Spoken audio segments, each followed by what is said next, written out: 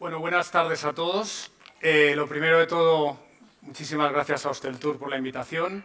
Enhorabuena por el foro, por el 15º foro.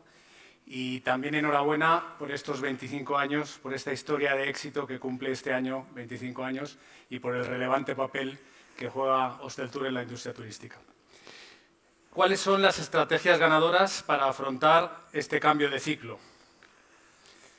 Para contextualizar lo que vamos a debatir hoy aquí, quiero darles algunos datos.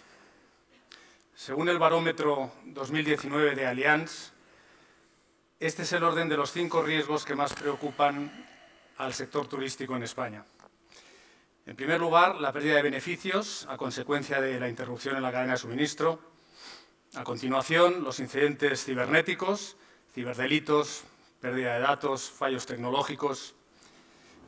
En tercer lugar, el incendio y la explosión. Tenemos el lamentable caso reciente de Notre Dame en París.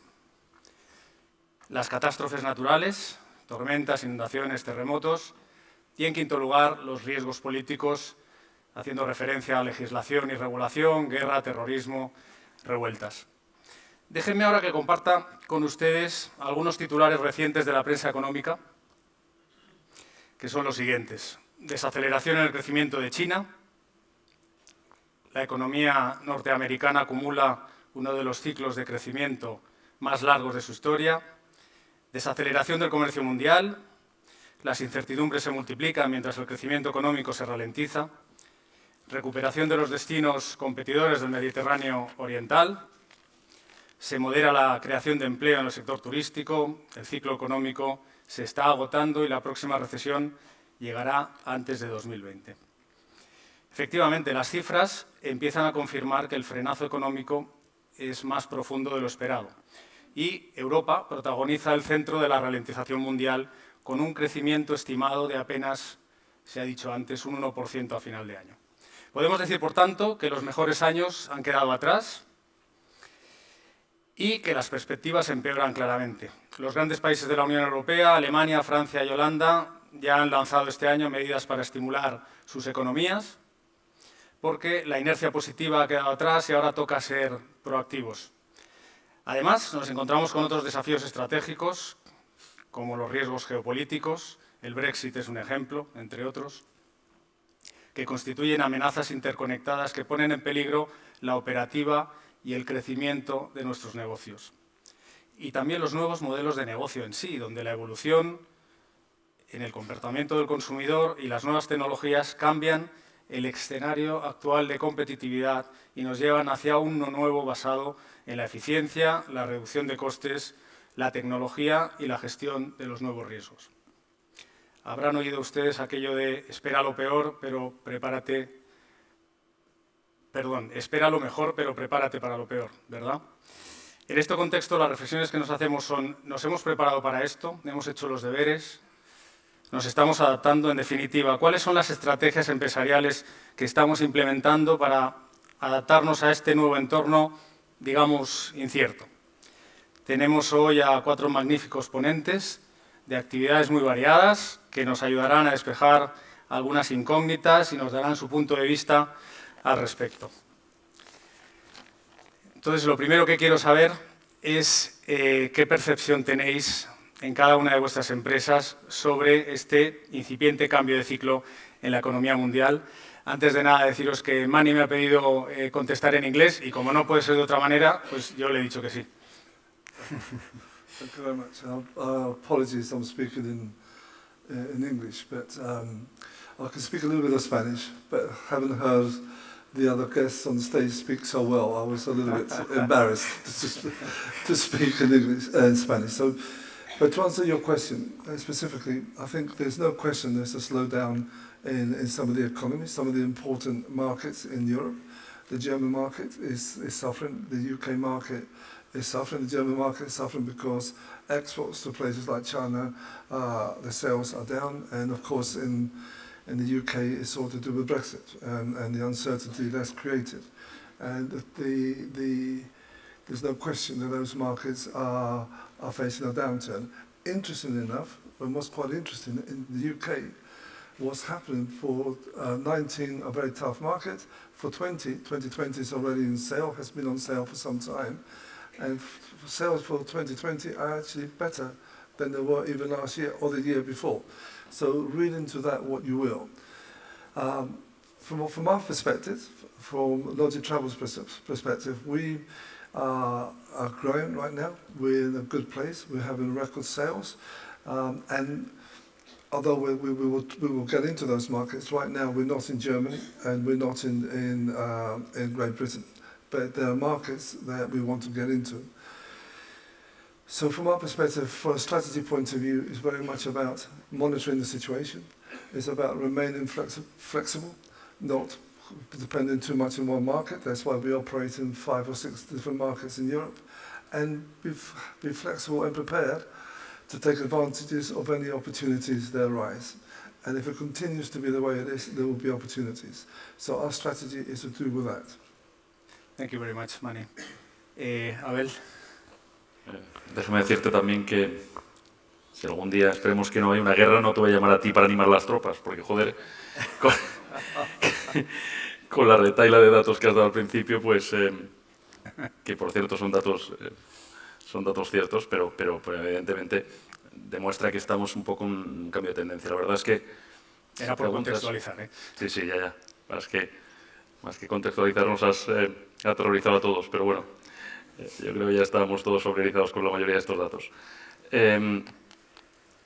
A ver, si me preguntas, que si no recuerdo mal la pregunta que has hecho es, bueno, si lo estamos viendo dentro de la compañía nosotros, yo tengo que decir que en nuestro caso no demasiado, gracias a Dios.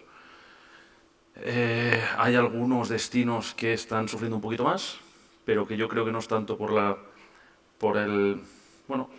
yo creo que no es tanto por la economía mundial en sí, sino por algún destino que a veces está sufriendo pues en algún mercado muy importante, como puede ser, por ejemplo, bueno, pues yo creo que ahora la zona de México está sufriendo un poquito por el tema del turismo americano y tal, ¿no? Pero en general nosotros como compañía estamos yendo bien, estamos yendo mejor que el año pasado y no estamos notando demasiadas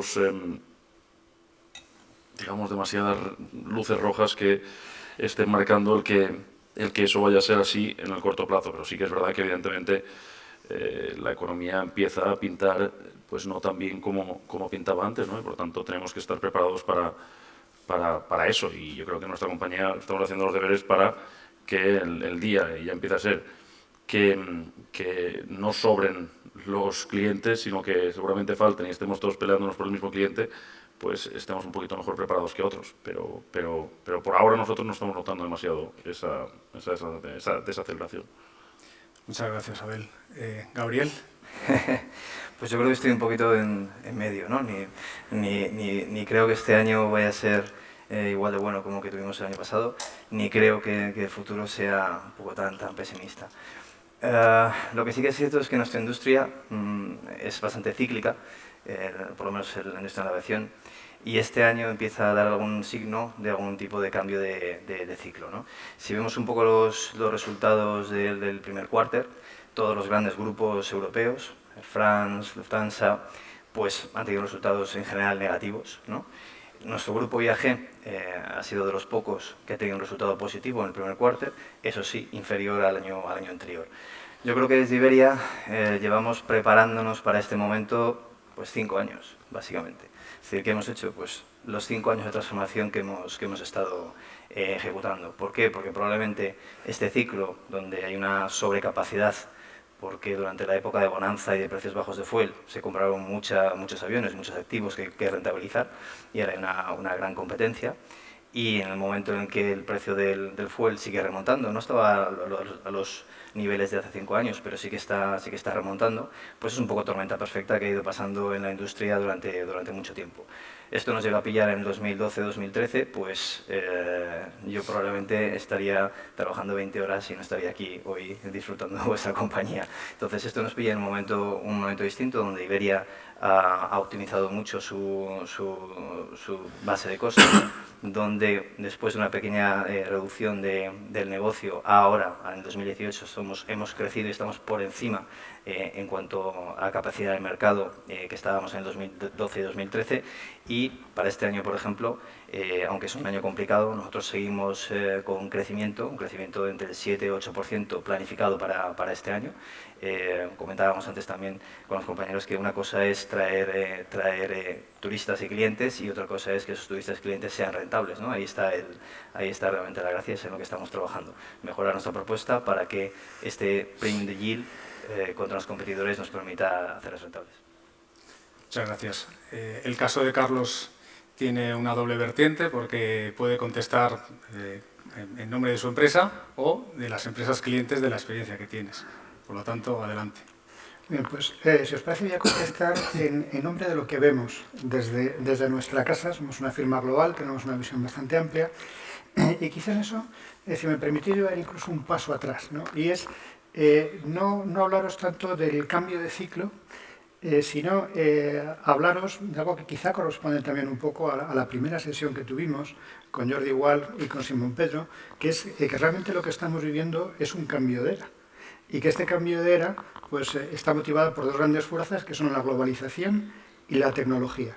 Y una cosa que se ha producido es que con estos dos componentes la productividad per cápita se ha igualado bastante en el mundo. Entonces esa equiparación de la productividad per cápita hace que cuando multiplicas en un país la productividad per cápita, que ya no está demasiado alejada entre unos países y otros por el número de habitantes, eso te da el tamaño de la economía. Y por eso estamos viendo que los países con más población, por ejemplo China, pues acaban teniendo un peso acorde con lo que es su peso demográfico. Ese factor pues, es un factor que está haciendo, por ejemplo, que si vemos la evolución de las clases medias están creciendo muchísimo en aquellas regiones del mundo de más demografía y que tienen el umbral de desarrollo, como es el caso de Asia. Si vemos, por ejemplo, desde el punto de vista de lo que es este sector, del turismo, y vamos 50 años atrás, en 1970 el porcentaje de personas que podían permitirse ir de vacaciones en avión en el mundo que no era el mundo del norte, Europa y Estados Unidos, era del 30%. Ese 30% de personas que podían ir de vacaciones en avión en el resto del mundo, del 70 al 2000 pasó del 30 al 33%. Del 2000 al 2010 creció 12 puntos, del 33 al 45. Del 2010 al 2020 va a crecer los mismos 12 puntos, el 57% en el 2020, el año que viene, ya va a ser gente que no vive en Europa y en Estados Unidos. Y en el 2030 se espera que llegue al 70%, si no hay accidentes por el medio, ¿no? Eso yo creo que es algo tremendamente importante para esta industria, el entender lo que es ese peso de dónde va a estar el turismo. Sabéis que se está diciendo que el centro de gravedad de la economía, que durante los últimos 2 siglos ha estado alrededor de Europa, un poquito en el Atlántico, si le damos a Estados Unidos, ahora está en el estrecho de Malaca, que está debajo de Singapur. Y eso es un factor que hace que necesitamos un ajuste geopolítico enorme, porque el mundo que conocemos, que es el mundo que está ordenado al final de la Segunda Guerra Mundial, pues tiene que cambiar. Es el mundo multipolar que estamos diciendo ahora. Y esos cambios se están manifestando en la geopolítica, que tenemos en Estados Unidos un presidente que probablemente el siguiente presidente, si no es Trump, va a ser alguien que será mucho más civilizado, más educado probablemente, pero que va a seguir haciendo cosas bastante parecidas, porque Estados Unidos tiene que buscar otro papel en el mundo como lo está haciendo China. Con eso, lo que quiero deciros es que lo que tenemos que estar preparados en todas las industrias, y en esta que es muy sensible, los viajeros somos muy sensibles, ¿no?, a este tipo de cosas, que vamos a tener, como dicen los ingleses, un bumpy road, una carretera con bastantes baches en los próximos 5 o 10 años. ¿Cambio de ciclo? Sí, pero lo que tenemos es que prepararnos no para este cambio de ciclo, sino para estar muy atentos a anticipar distintas cosas que van a ir pasando en el mundo y que van a afectar a nuestros hoteles, nuestros clientes, desde el punto de vista tanto de destinos como desde el punto de vista de orígenes, y que debe ser algo que tenemos que meter. Iberia se había preparado en los últimos 5 años, fantástico, que debemos prepararnos para los próximos 10-15 años. Muchas gracias, Carlos. A pesar de que los 4 sois muy diferentes, en vuestro historial profesional hay un concepto común que tiene, a mi entender, mucha relevancia, y es el concepto de transformación. ¿Podéis explicar brevemente en qué punto de esta transformación se encuentran ahora vuestras empresas? Y para romper un poco el orden, por ejemplo, Gabriel, si quieres empezar tú mismo. Bueno, yo la verdad es que lo llevo en el título, con lo cual algo me atañe. Pues al final, como comentaba, es decir, yo creo que Iberia afrontó una profunda transformación. Es cierto que esa primera transformación estaba bastante ayudada porque al final teníamos una partner platform, es decir, había un motivo muy evidente y era que la compañía pues nos encaminaba hacia un futuro cierto. De hecho, el plan de esa transformación se llamaba Plan de Futuro, es decir, para dotar a la compañía de un futuro. Y básicamente atacaba a los pilares que nuestros clientes nos habían dicho que eran importantes y que eran los primeros que teníamos que atajar, ¿no? Es decir, teníamos que básicamente dejar las puntualidades un poco pobres que teníamos por debajo del 70% de puntualidad. Nuestros clientes decían, oye, lo primero que necesito es saber que voy a llegar a mi reunión, que voy a disfrutar todos mis días de vacaciones. Ahora estamos por encima del 90% en puntualidad. Esa transformación es mitad tecnológica, pero es muy cultural. Ha habido un colectivo, digamos, de pilotos y TCPs que han sido fundamentales para, digamos, alcanzar el 90% de puntualidad y ser los primeros del mundo en puntualidad, que esto puede ser un objetivo que hace 5 años veíamos inalcanzable, ¿no? Otra parte importante de la transformación fue invertir en activos físicos, cambiar nuestra flota, renovar nuestra flota, porque al final los clientes también decían, oye, ya toca una renovación de la flota de Iberia. Y luego también el Customer Service, es decir, hemos tenido una evolución, hemos empezado a invertir mucho en formación con nuestros empleados, en deslizar lluvia fina de mensaje de cómo es un servicio al cliente, la importancia de tener al cliente en el centro. Y esto han sido los primeros 4 o 5 años hasta que hemos llegado aquí.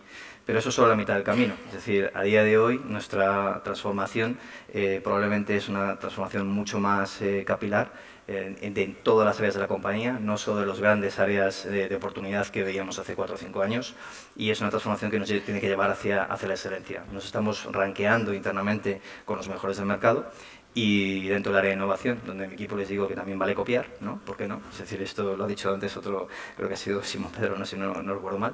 Dentro de esta nueva transformación tenemos que ponernos a nivel de los mejores del mercado y al final estar en el pensamiento de nuestros clientes mucho más tiempo del que estamos ahora mismo.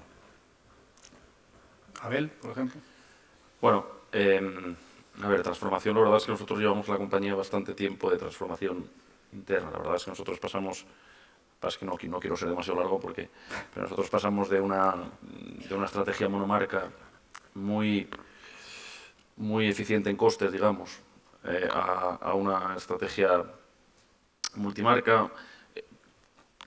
Cambiamos de ser una compañía, pues como he dicho, muy centrada en el control de gastos a ser una compañía muy centrada en el cliente, pero además en el cliente, en las exigencias o en las necesidades que quiere cubrir el cliente. Y en muchos casos, además, necesidades que consideramos que el cliente le gustaría cubrir, pero que en algunos casos, estos son los casos más difíciles de captar, evidentemente, pero son necesidades que incluso el cliente no te sabe decir que las tiene porque seguramente aún nadie las ha sabido dar, ¿no? Pero que tú piensas, oye, si yo le doy esto al mercado, pues el mercado lo va a coger bien, no solamente lo va a coger bien, sino que además pues se va a convertir en un embajador de tu producto, de tu marca y tal.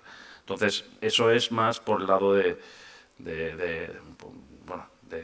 filosofía o de la compañía, ¿no? La verdad es que, por ejemplo, ahora acabamos de lanzar una marca que es un poco...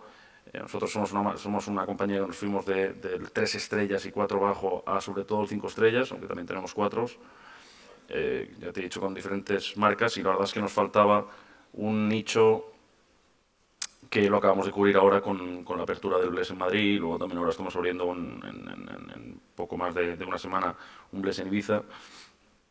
Y la verdad es que era, digamos, de todo el segmento de clientes que queríamos tocar, pues el único que nos faltaba, ¿no? Entonces yo creo que ahora mismo ya tenemos, por ahora, bien cubierto el portfolio de productos que queremos para el tipo de cliente que estamos tocando, ¿no? Otra cosa es que de repente luego el cliente se mueva y tengamos que intentar adaptar alguna marca nuestra o incluso crear alguna. Y luego, internamente, lo que sí que estamos haciendo, además, llevamos mucho tiempo trabajando en estar preparados. Éramos una compañía que, en principio, éramos una compañía gestora de nuestros activos y hace unos años, bueno, nos dimos cuenta de que el mercado estaba percibiendo que estábamos sabiendo dotar de valor a algunos activos y, sobre todo, en cuanto a reposicionamiento, dotar de más valor que otros, bueno, pues que otros players dentro del mercado, y entonces lo que hemos hecho es prepararnos para el crecimiento en gestión. Y la verdad es que ahora mismo esto ha sido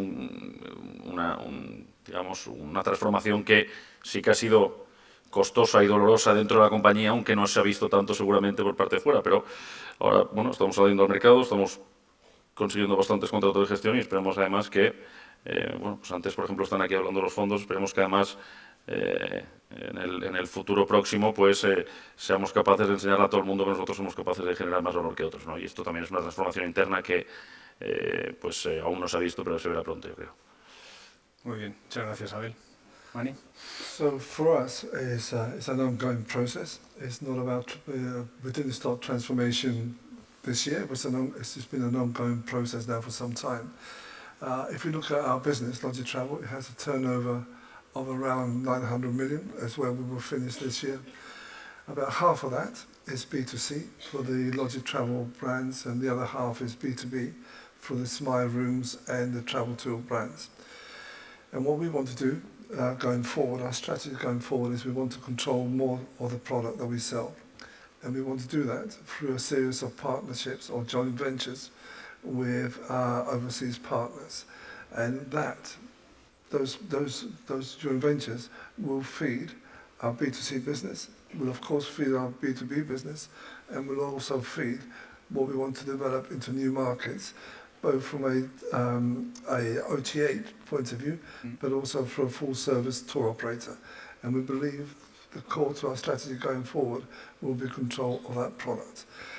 That's the number one objective for us as a major part of our strategy. The second part of our strategy is that in the past, Logic Travel has done a fantastic job of growing the top line, fantastic job, but now we're more focused in commercializing that turnover and making more money of what we do than before. And that's not through cuts or job cuts or slimming the overhead down. It's not.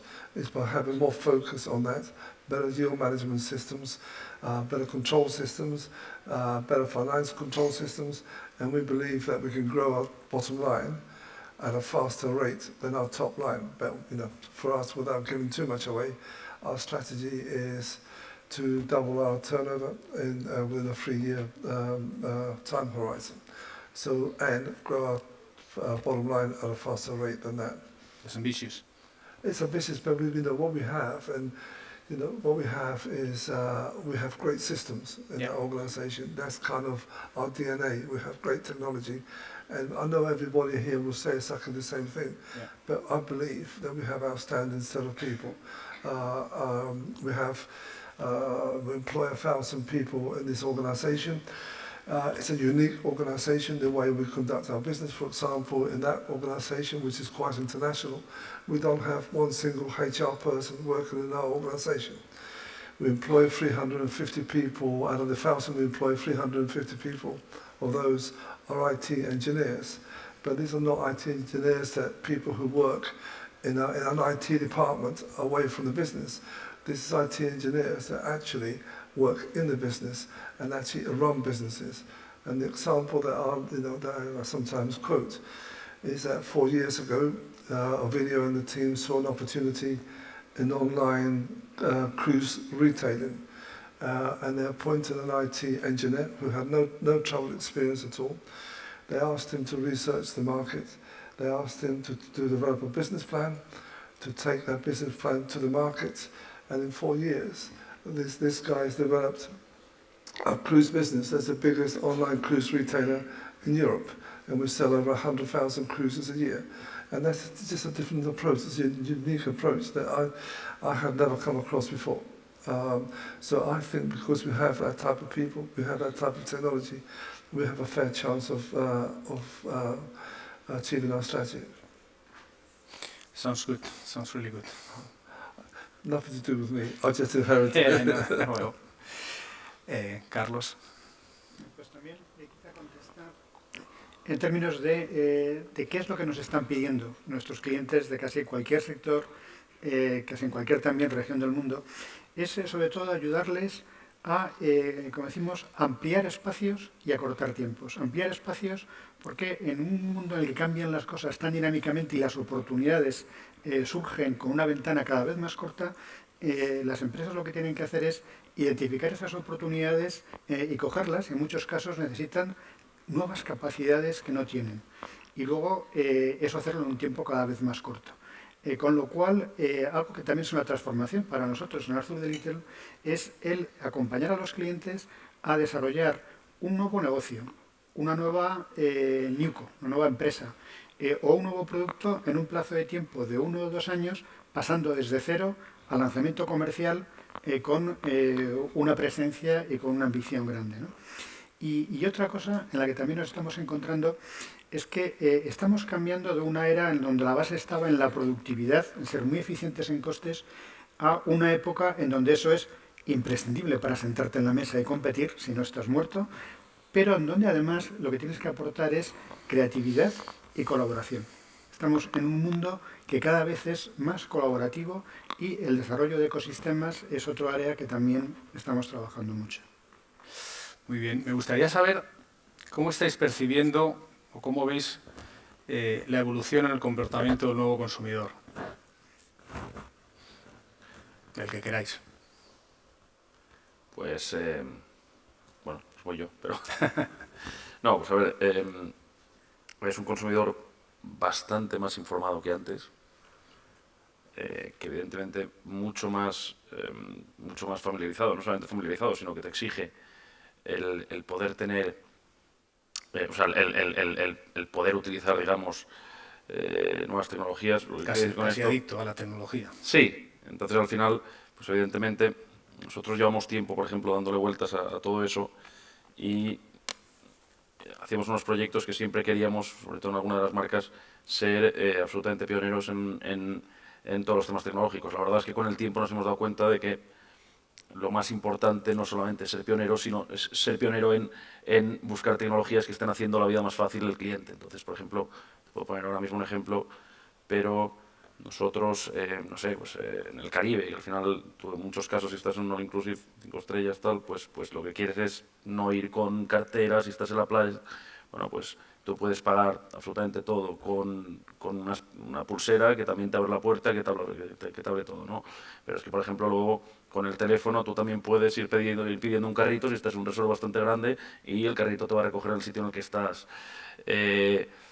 Estamos dotando, por ejemplo, todas las televisiones de nuestra cadena de un tema que puedes hacer un mirroring y entonces mandar, pues al final lo que tengas en tu iPad o en tu teléfono de Netflix o de tal a la televisión. Entonces, porque la televisión cada vez más es una televisión que ya no es una televisión de ver lo que están echando en alguno de los canales, sino de ver el contenido que tú quieres ver y que tú tienes ya pues grabado, una cosa de estas, ¿no? Entonces, bueno, esas son las cosas. Entonces, al final lo que quiero decir es un cliente, por este lado, mucho más que te exige que estés más familiarizado con las nuevas tecnologías, que está muchísimo más informado y que además ya no se conforma con, digamos, con un buen continente y que esté en un buen sitio, sino lo que quiere también es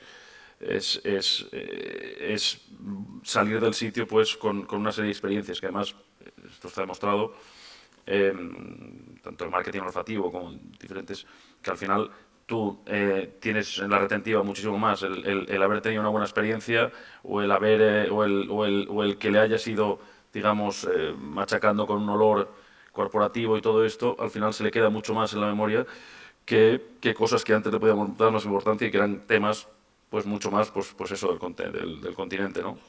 Del continente y del contenido incluso. Entonces bueno, pues sí, es un cliente que es bastante, como decía, es bastante más exigente, es un cliente que ya está buscando experiencias diferentes y eso es lo difícil al final, intentar diferenciar Así intentar además pues estar a la altura de lo que el cliente espera cuando está yendo a uno de estos complejos, vamos. Yo estoy totalmente de acuerdo contigo, Abel. El cliente cada vez busca más experiencias. Y lo que hay que hacer, el reto es darle esas experiencias, ¿no? Y además experiencias cada vez más personalizadas, que es el otro gran reto, personalizarlas mucho. La otra cosa que también están buscando cada vez más los clientes es algún tipo de identificación emocional con la marca, con aquel que le está ofreciendo el servicio o la experiencia. Creo que es el otro gran reto. Por ejemplo, en el mundo del lujo, lo que estamos viendo en los últimos 3-4 años es que el mercado de experiencias desde el punto de vista, si queréis, de lujo caras, que va desde subir al Everest a los grandes cruceros de superlujo, está creciendo un 50% más rápido que lo que es el mercado de los productos, de las marcas de lujo.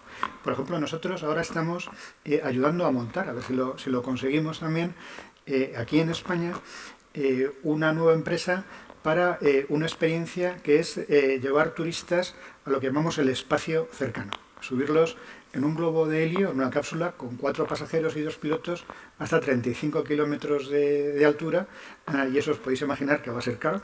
El ticket va a estar en el torno de los 200.000 euros, pero es que en el mundo hay 220.000 personas que tienen más de 30 millones y se estima que hay unos 100.000 que están interesados en este tipo de experiencias.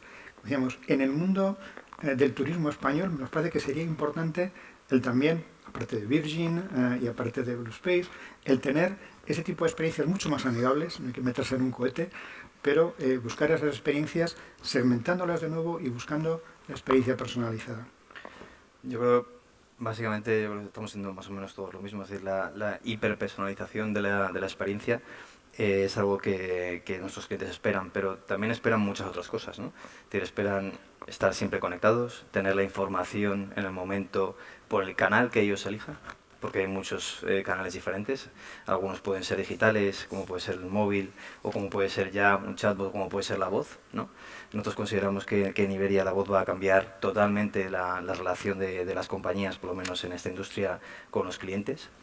Pero también esperan otras cosas que son menos digitales, es decir, también están esperando que la compañía sea socialmente responsable, ¿no? Es decir, que reduzcamos nuestra huella de carbono, que reduzcamos los plásticos, que cada vez más la comida que damos a bordo pues sea una comida más saludable. Entonces, estas son tendencias también de los clientes de ahora, es decir, al final no solo es que estén constantemente conectados, unidos al mundo digital, sino también hay otras experiencias mucho menos digitales, porque al final cuando me dicen, oye, ¿cuánto del Customer Journey en Iberia va a ser digital? Digo, mira, pues comer es imposible hasta el día de hoy, por lo menos hasta lo que yo sé. Pues esa experiencia de comida tiene que ser más saludable, tienes que ofrecer menús a los niños específicos, con bajos en grasas, poco azúcar, bajo en sal, ¿no? Al final nosotros lo vemos mucho en los clientes que valoran la innovación de Iberia y valoran muchas las cosas que, si luego tenemos tiempo, puedo comentar que vamos a hacer o ya estamos haciendo, pero también valoran muchísimo el trato humano. No todo es esta información, están informados constantemente. Entonces vemos en nuestras encuestas de satisfacción que si un cliente, por ejemplo, la wifi a bordo no le ha funcionado en largo radio, también hay que entenderlo, ¿no? Es decir, el avión va a casi 1.500 por hora a 10.000 pies y hay que darle wifi allí mismo en el océano, entonces es difícil, pero a veces no funciona, ¿no? Entonces vemos que cuando el cliente nos dice que la wifi no le ha funcionado, pero sin embargo él dice que sí recomendaría a sus amigos viajar con nosotros, que la experiencia ha sido buena, ¿no? Sin embargo, cuando la experiencia ha sido mala con una persona, es decir, con una TCP, que no ocurre, se ocurre muy poco, se ocurre muchísimo menos que problemas con la wifi, desgraciadamente a día de hoy, pues ahí sí que el impacto en la recomendación es mucho mayor. Es decir, todavía el factor de trato humano es muy importante para los clientes, más allá de la tecnología que le dotes, ¿no? Entonces nosotros estamos invirtiendo mucho en ambas cosas, en la tecnología y en nuestros empleados. Otra cosa que también es un error común, por lo menos hace tiempo, era dotar de más información a los clientes, que por sí mismos ya la tienen muchas veces sin que la compañía se las dé, que a tus propios empleados, ¿no? Al final se genera una distorsión y una frustración en ambos, ¿no? En el cliente y en el empleado. Entonces estamos tratando de que el nivel de información de nuestros empleados y de nuestros clientes sea el mismo al mismo tiempo, porque al final se evitan muchas frustraciones, ¿no? Me das pie para la siguiente pregunta, pero No sé si Mani tiene algo que añadir. Yes, for us, we have three clients. We have the business clients, where really it's about providing great technology, fast service, reliable, resilient service, and remove all the barriers for them to transact with us, and to do that better than our competition. Then for our B2C customers, the people that actually converse with us directly, that's quite difficult for us, because unlike here, for the majority of our customers, we don't have face-to-face contact with them. Yeah. So for us, our contact with them is online. And therefore what we have to do is replicate what a very successful salesperson does in a shop online. A very successful... Technology is even more key. Even more key. So a very successful person in a shop, and everybody here will know that, is able to listen very well. Is able to understand the customer very well. Is able to then offer the customer the products that he thinks they want and explain the reasons why, and therefore make it easy for the customer, rather than think of millions of choices they have, to recommend the 2 or 3 choices. We have to try and do that through technology. We have to listen to our customer. We have to then recommend, explain the reasons why, and then hopefully they'll book with us. So up to now, for us, it was always online. Last year, we decided to one of our strategies was to decide to get into hotels. We had our first hotel last year in Torremolinos, and now, by the end of this year, we hope to have 11 in total. There we have a chance to do all the things that these guys are able to do ourselves. And like them, we all want to give the service that we promise in a way that delights them, and that's what we always strive for. So I guess very similar, but for us our challenge is doing it through technology. Yeah, it is. Gabriel, te decía que estabas vinculando una cosa con la otra. Se está hablando mucho últimamente del futuro en el trabajo, the future of work, y se vincula la evolución en la cultura del consumidor a cómo está evolucionando el empleado. ¿Qué destacaríais sobre este tema, que me parece muy interesante? Cualquiera. Bueno, ¿quieres? No, Bueno, básicamente nosotros, como parte de la transformación, desde el primer momento lo que dijimos era un concepto muy de los marines americanos, ¿no? Que no nos vamos a dejar a nadie atrás, ¿no? Eso fue, para empezar, el primer mensaje que dimos a la organización. No nos íbamos a dejar a nadie atrás que quisiera venir con nosotros, ¿no? Eso también es un punto importante, porque las compañías son muy grandes. Entonces, al final, el primer mensaje en la organización es: oye, no nos queremos dejar a nadie atrás. Segundo es que la transformación, o el equipo de transformación, las personas que encarnan este rol, no va a llegar a todos y cada uno de las 17.000 personas que conforman Iberia, ¿no? Es decir, ellos mismos tienen que en su día a día, un poquito también muy alineado a lo que decía Simón Pedro, es decir, su día a día tienen que ir mejorando y cambiando y transformándose. Uno de los roles del área de transformación es generar ese ambiente, generar y dotar de las herramientas a nuestros empleados para que ellos mismos vayan transformando su día a día. Y una organización que es capaz de hacer eso en el día a día es imparable la atracción que tiene. Es decir, y nosotros ya estamos viendo ¿no? pequeñas flores que van floreciendo sin que nosotros hayamos ido allí a plantarla, a regarla, sino hay ejemplos de empleados en nuestra división de mantenimiento que han creado ellos mismos una aplicación con las herramientas que les hemos dado para hacer un seguimiento de los diferentes estados de mantenimiento de un motor, ¿no? Es decir, al final que ellos mismos generan en su día a día con las herramientas que les das algo que eficienta el proceso, tanto eso como también en procesos de cara al cliente. Entonces, al final es tener muy en cuenta que el círculo virtuoso es empleado, cliente, resultado financiero. Y sin los tres, o sea, sin este círculo virtuoso no puede funcionar nada. Es decir, el empleado es nuestra cara delante del cliente, que el cliente es al final el que hace que tengamos unos buenos resultados. Con lo cual estamos invirtiendo mucho en nuestras personas y todavía más que vamos a invertir. Sí, no, básicamente tampoco hay por mi parte mucho más que decir, pero sí que es verdad que la diferencia entre una compañía y otra siempre es el empleado. Y no lo estoy diciendo por decir, es que realmente son las personas. La tecnología está disponible a todo el mundo que tenga la capacidad financiera para acceder a esa tecnología y al final los activos también. Entonces la diferencia entre una compañía y otra es la gente que la forma, desde abajo hasta arriba. Esto evidentemente se puede crear una diferencia siempre en cualquiera de los dos lados. Y sí que es verdad que, y en esto yo creo que los americanos nos llevan ventaja, pero yo creo que los españoles también nos estamos poniendo las pilas en esto, el mejor embajador que hay es tu empleado.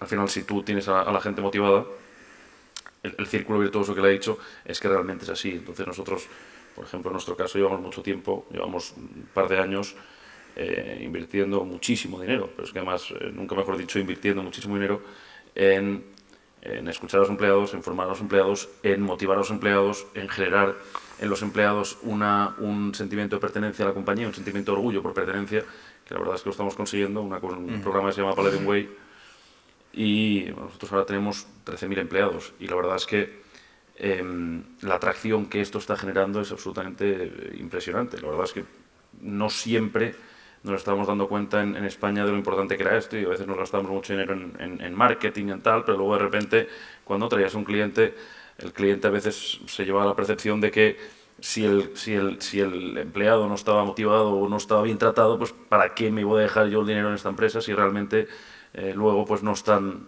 invirtiendo lo que hace falta, ¿no? Y la verdad es que es una cosa que estamos cambiando en nuestra compañía, pero además, gracias a Dios, creo que estamos cambiando en este país, y es fundamental. El empleado es la cara, la primera cara y la primera, digamos, la primera trinchera que se encuentra el cliente cuando llega a tu compañía. Por tanto, alguien dijo, no es tan importante cuidar muy bien de los clientes, porque lo importante es cuidar muy bien de los empleados, porque ellos se encargarán de cuidar a los clientes, ¿no? Y así es, la verdad, en buena manera. Would you like to add something I think about your employees? No, I think it's 100% agree with what the guys have said. And the trick is easy to say, but the trick is to deliver it. And you know, you have to have your vision. You have to communicate what you're trying to achieve. Yeah. You have to say what values are important to you, and you have to live by those values every day. And it has to be second nature. Communication is a key. And communication is a key, especially when you've got a workforce that's international. Yeah, it is. Y únicamente el insistir en algo que decíamos también antes, y es en la importancia que cada vez más, y sobre todo si vamos viendo a los millennials, la importancia que tiene para los empleados el estar en una empresa que tiene un proyecto con el que ellos sintonizan. O sea, es tremendamente importante esa idea de que vean un proyecto, que formen parte de ese proyecto. Luego también creo que cada vez más importante, sobre todo en un mundo en el que nos estamos incorporando mucha tecnología, y por tanto el valor añadido que la persona tiene que añadir es mayor, y por tanto lo que tenemos es que darles más empoderamiento, delegar más poder, y que ellos además sientan, perdona el inglés, el accountability de hacerlo. Y yo creo que esas dos cosas son tremendamente Y importantes. un poco creo, son 10 segundos, Sí. es decir, nosotros tenemos un programa que estamos también empezando a lanzar, que es el tema de Agile, ¿no? Es decir, todo el mundo habla de Agile, pero al final Agile es lo que se ha hecho desde hace muchísimo tiempo con otros nombres, que básicamente es crear equipos de trabajo al que les das la independencia para tomar decisiones, ¿no? Entonces, al final, si nosotros medimos la satisfacción que tienen nuestros empleados, donde trabajan de una forma Agile, donde ellos tienen la responsabilidad con unos objetivos comunes, versus unos proyectos más tradicionales, pues al final la satisfacción del empleado es uno de los KPIs que medimos en esos equipos de trabajo que trabajan de forma diferente. Y para mí eso es lo que hemos comentado de la atracción, ¿no? Es decir, al final, cuando ellos se sienten responsables y les das las herramientas y el entorno para poder hacerlo, la satisfacción del empleado se va por las nubes y eso repercute en los clientes. Todo el tema de ayer. Permíteme también, a mí me ha tocado vivir en los últimos 30 años, he estado 20 y tantos años fuera de España en varios países, ¿no? Y en esto tenemos en España una ventaja competitiva tremenda. O sea, los españoles somos capaces de improvisar muy bien en los últimos años y de adaptarnos a condiciones muy flexibles, ¿no? Entonces, cuando un equipo, como estás diciendo, le das una oportunidad, consigues maravillas. ¿Sí? Desde luego. Otra cosita que os quería preguntar. Dando por sentado que una apuesta clara y decidida por las redes sociales forma parte de vuestra estrategia de competitividad y posicionamiento, ¿cómo la estáis implementando? Okay, Social media. Of course. For us, we take that very seriously. We spend a lot of money on that. We invest a lot of money. We invest a lot of time on that. But we see that most of the social media as a way of inspiring the customers, the people who interact with you, rather than hard selling them through those medium. We see them as an inspiration tool that hopefully that means that they will come and book with us. So that's how we approach it, that's how we see it, and for us it's working that way. We just believe that it's important to recognise what the mindset is of the customer or potential customer when they're in those the various mediums, and for us it's about inspiration. It's not about hard sell. Good. Bueno, las redes sociales evidentemente lo que te dan es visibilidad, también te dan una base de seguidores que al final también no vamos a engañarnos, también son futuros clientes, o sea, o posibles clientes, digamos, y por lo tanto al final el tema es cómo monetizar también esta base, ¿no? La verdad es que nosotros llevamos mucho tiempo, pero lo importante de las redes sociales ya no solamente es tener muchos seguidores, sino además intentar que los seguidores sean activos. Y esto lo que se hace es básicamente, sin ser un experto en esto, pero vamos, dotar de muchos contenidos, dotar de herramientas que permitan la interactividad y además también un poquito el flujo bidireccional, eso mismo, ¿no? Entonces, mira, yo te voy a poner un ejemplo que la verdad es que, o sea, te voy a dar unas cifras para que veas, porque sí que es verdad que no somos una compañía tan grande, pero sí que en redes sociales, y esto no es mérito mío para nada, pero sí que lo hemos hecho bastante bien. Entonces nosotros, por ejemplo, en Facebook tenemos, si no recuerdo mal, 4.300.000 seguidores. En Instagram tenemos pues más de 1.200.000, o una cosa de estas. Twitter y otras redes sociales pues somos algo menos grandes, pero también somos muy grandes. Al final,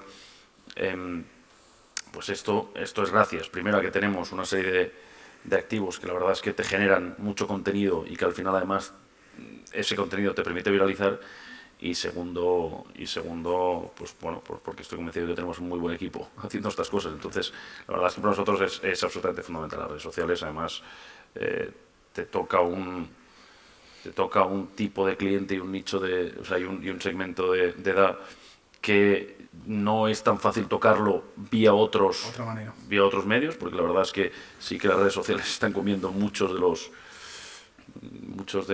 están ocupando prácticamente el 100% de las comunicaciones que tienen con esta gente. Entonces, bueno, pues es uno más de los sitios en los que estamos trabajando pues para ganar imagen de marca, para evidentemente ganar base de clientes y también monetizar, claro. Para comunicar e interactuar también. Sí. Nosotros, la verdad es que estamos convencidos de la importancia que tiene la omnicanalidad, lo he dicho antes, múltiples canales y elegir el canal que el cliente quiera, con lo cual yo tengo una obsesión por dos cosas, que es el canal directo y el canal indirecto. Es decir, tengo una obsesión por todos los canales, ¿no? Es decir, antes de ir un poco a las redes sociales, ahora mismo pues estamos trabajando mucho en cómo la experiencia digital y los activos digitales, ¿no? Es decir, por ejemplo, acabamos de lanzar un servicio para tener 6.000 o 7.000 revistas de todo el mundo a todos los clientes que compran un billete de Iberia, ¿no? Gratis. Mi obsesión es cómo hago llegar ese activo digital a nuestros clientes en el indirecto, que es una gran parte de nuestros clientes, y tengo una obsesión por saber cómo voy a hacerle llegar eso, porque es parte del billete que compran a día de hoy, que compran una agencia, que compran, cómo cada vez más vamos a tener activos digitales, cómo Iberia va a poder hacer llegar esos activos digitales a los clientes de las agencias, que es una parte importantísima de nuestro negocio, porque al cliente que es directo lo podemos hacer llegar, pero al indirecto tenemos que pensar cómo trabajar conjuntamente para que todos esos activos, que cada vez serán más y formarán parte de nuestra propuesta de valor, lleguen, ¿no? Y hablando de redes sociales, es lo que decía, es decir, nosotros tenemos que estar donde el cliente está, y el cliente cada vez más está comunicándose con nosotros, tanto positivamente como para comentarnos algo que no les gusta en redes sociales.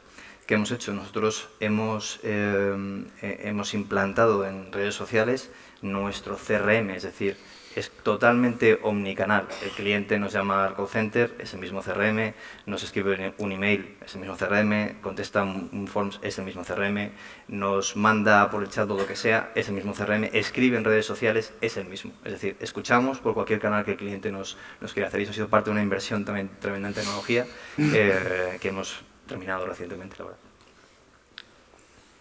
Quizá únicamente añadir algo que estamos viendo quizá en los clientes que son más punteros, que vemos más punteros, más maduros en esta gestión de los canales digitales en redes sociales, es cómo están empezando de verdad a tomarse en serio algo que puede ocurrir a cualquier empresa.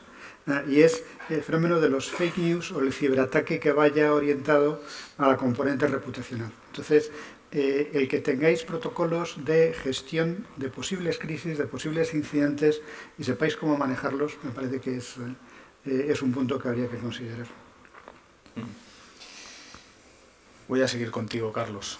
Te he oído decir algo que me parece importantísimo, y es lo siguiente: la transformación digital no es para crecer, es para sobrevivir. ¿Puedes ampliar un poco y comentar lo que esto significa exactamente? Puede ser un buen punto, pero difícil de explicar así en un corto. Mirad, estamos viviendo, como decía antes, una revolución tecnológica. Yo creo que estamos entrando de manera importante ya en la tercera oleada de esa transformación. La primera yo creo que ha sido la de Internet. Y la primera oleada de Internet es de los años 90. Luego hemos tenido la segunda, que han sido los móviles, que son del 2000, ¿no? Y ahora estamos en la tercera, que es la inteligencia artificial, el Machine Learning. El Machine Learning yo creo que debemos tomárnoslo todos muy en serio, porque es algo que ya vemos que está llegando, que está realmente en el día a día que llevamos en el bolsillo, en nuestros teléfonos, y que va a tener, o está teniendo ya, un impacto enorme en cómo organizamos nuestras empresas, cómo trabajamos, cómo nos relacionamos con nuestros clientes y cómo desarrollamos nuestros productos. En un horizonte de tiempo de probablemente 3-5 años, las empresas que no hayan adaptado su modelo operativo, su forma de funcionar a este nuevo mundo en el que estamos, en donde lo digital va a ser lo normal, es el nuevo normal, pues van a tener realmente muchos problemas. Y esto para mí es un poco, no sé si es un buen ejemplo, ¿no? Pero lo que muchas veces ha contado de cuando coges un mal experimento, que es el coger una rana y meterla en un caldero con agua fría, pues si la metes en agua hirviendo, la rana se salva porque toca el agua y salta. Pero si la metes en agua fría y vas calentando el agua, llega un momento en que la rana no tiene salida y se muere. Las empresas que no están anticipando, que no están tomando en serio lo que es esta necesidad de la transformación, es muy posible que dentro de 2 o 3 años sea muy difícil hacerlo, porque la clave no está en meter tecnología, la clave es en el cambio cultural, la clave está en el cambio de organización, en el estilo de liderazgo, en la forma de hacer las cosas, y eso no se improvisa. Desde luego. Abel, una pregunta para ti. La apuesta por el lujo formó parte en su momento de una estrategia que ha dado un magnífico resultado.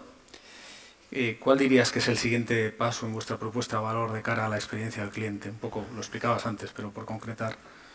Bueno, a ver, nosotros apostamos por el lujo como una forma un poco de diferenciarnos, pero sobre todo de defendernos.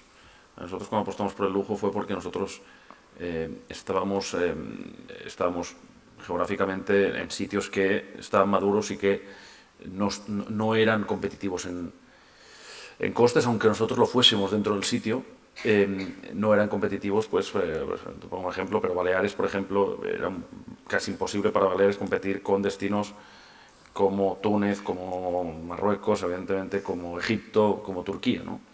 Entonces, de repente, cuando estos destinos salieron, la verdad es que hubo un momento en el que nos dimos cuenta de que o ofrecíamos un valor añadido que estos sitios no podían ofrecer, o estábamos abocados a morir, por lo menos a morir en esos destinos, digamos, ¿no? Entonces, eso fue un poco una transformación que nosotros decidimos hacer casi de supervivencia, te digo la verdad. Entonces, en ese momento fue, vamos a apostar por la calidad simplemente para poder intentar mantener un margen suficientemente atractivo y, sobre todo, no competir con los 3 y 4 estrellas que están siendo en sitios que al final tenían una serie de gastos infinitamente más bajos y por tanto podían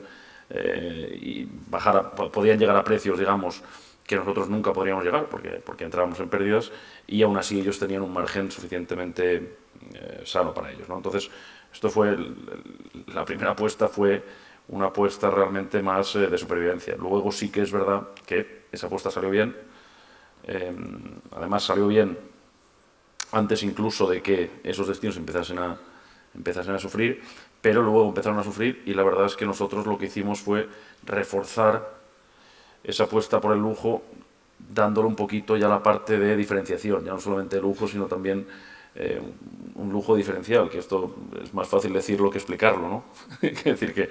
Pero en el cual ya no nos quedásemos simplemente con lo que he dicho antes de un buen continente, sino sobre todo dotarlo de un magnífico servicio, pero sobre todo de momentos, digamos, que nosotros llamamos dentro de la compañía, es un poquito pedante la forma en la que le llamamos, pero wows, ¿no? Momentos que realmente estén sorprendiendo mucho al cliente y que al final se los lleven como un recuerdo agradable a casa. Entonces, la verdad es que, ya te digo, ha sido casi un proceso de cambio continuo, ¿no? En nuestra compañía. Entonces, en un primer momento fue una apuesta por el lujo, ahora mismo realmente siguiendo apostando por esos segmentos, realmente lo que estamos haciendo es intentar una diferenciación dentro de esos segmentos. Y la marca Blaze yo creo que es un buen ejemplo de una marca que pretende ir al 5 estrellas gran lujo, pero que además no se está contentando simplemente con dar lo que otros 5 estrellas gran lujo dan, sino también está intentando darle un toque un poco, si me permitís, un poquito canallesco, pues para darle un toque un poquito atractivo y un poquito diferente al resto, ¿no? Muchas gracias. Mani, Logitravel. El objetivo de Logitravel es focalizarse en el exterior y esto sin duda ya se está cumpliendo. ¿Qué proyectos estratégicos tenéis ahora mismo que te gustaría destacar? Es más o menos lo que dije antes, así que si lo digo en español, suena diferente, ¿no sabes? Pero la verdad es que la verdad que estamos haciendo, tenemos ahora mismo una compañía que tiene un B2C y un B2B, que vendemos mucho producto, pero el producto que vendemos no es todo nuestro. Queremos controlar más del producto que vendemos nosotros. Lo que estamos haciendo joint ventures con compañías que controlan el producto y estamos haciendo también nuestros hoteles mismos. Y eso va a ser el corazón de la compañía. Lo que va a hacer este producto va a apoyar el Bedbank, va a apoyar Traveltool, va a apoyar Logitravel y también va a apoyar lo nuevo, que es operadores, que es, tengo cuidado de no decir mucho, pero estamos hablando con compañías de aires también, y luego nos va a hacer apoyar lo que hacemos ahora y apoyar el futuro. Y luego vemos lo que hacemos ahora, el control del producto, nuestro futuro. ¿Cómo fue? Bien. Bien, gracias. Muy bien, muy bien. Y Gabriel, la transformación implica innovación y esta a su vez un importante cambio cultural imprescindible para cumplir con los objetivos que os habéis marcado en Iberia. ¿Cómo puedes explicar un poco brevemente cómo ha sido ese proceso de transformación cultural? De transformación cultural. Bueno, yo lo tendría que decir en inglés ahora porque más o menos también lo he dicho antes. Pero básicamente es lo que he comentado, es decir, al final la compañía está en una situación compleja en el año 2012-2013. Hubo que hacer bueno, pues bastantes sacrificios por todo el mundo y lo que se hizo básicamente era comunicar a todas las personas de Iberia qué es lo que esperábamos de ellos, que esperábamos que básicamente en el día a día fueran mejorando, que cada día era el primer día para nosotros, ese básicamente era nuestro logo y además ese es nuestro mantra, que ellos eran capaces de cambiar las cosas, que podían y debían hacerlo, que no tenían que tener miedo a fallar. Evidentemente esto de decirlo en una línea aérea es complejo, es uno de los grandes retos porque nuestro primer objetivo es evidentemente una operación segura y además en un entorno súper regulado, pero aparte de eso, no voy a cambiar la palabra, no vamos a decir fallar, vamos a decir experimentar, cambiar cosas, probar rápido, si no funcionan o los clientes no lo aprecian, vamos a otra cosa y decirle a los empleados que contamos con todos ellos. Luego es una labor muy de comunicación, muy de predicar con el ejemplo. decir, mira, esto es lo que ha hecho tu compañero, esto es lo que hemos hecho aquí, la digitalización que hemos tenido, que hemos hecho delante de nuestros clientes, pues está funcionando. Hemos puesto realidad virtual en una experiencia de realidad virtual en Nueva York, en Tel Aviv, que está encantando, es nuevo. Estamos trabajando con startups. Esto ha sido también algo bastante importante dentro de nuestra transformación cultural. Dentro del programa de Hangar 51 de IAG hemos trabajado con 10-12 startups. Tenemos un objetivo que es trabajar al año con 10 startups. Eso hace que compañías jóvenes que están empezando ahora con otro mindset se involucren dentro de nuestros equipos de trabajo, cambien la forma de trabajar. Ahora, por ejemplo, con una startup vamos a recoger, si quiere el cliente, las maletas a su casa, las facturamos allí y las pueden recuperar en el destino. Esto lo estamos haciendo en Madrid, dentro de poco en Barcelona, según estamos hablando. Y esta parte también de trabajar con startups ha sido una parte muy importante para acelerar también el cambio cultural. Y el tema de orientación obsesiva por el cliente, que al final es por lo que estamos todos aquí, ¿no? De quien vivimos todos. Sí. Pues muchas gracias por compartir con la audiencia y con todos nosotros vuestras opiniones, vuestra experiencia, vuestros puntos de vista. Espero que os hayáis sentido a gusto y nada más. Muchas gracias. Bueno, pues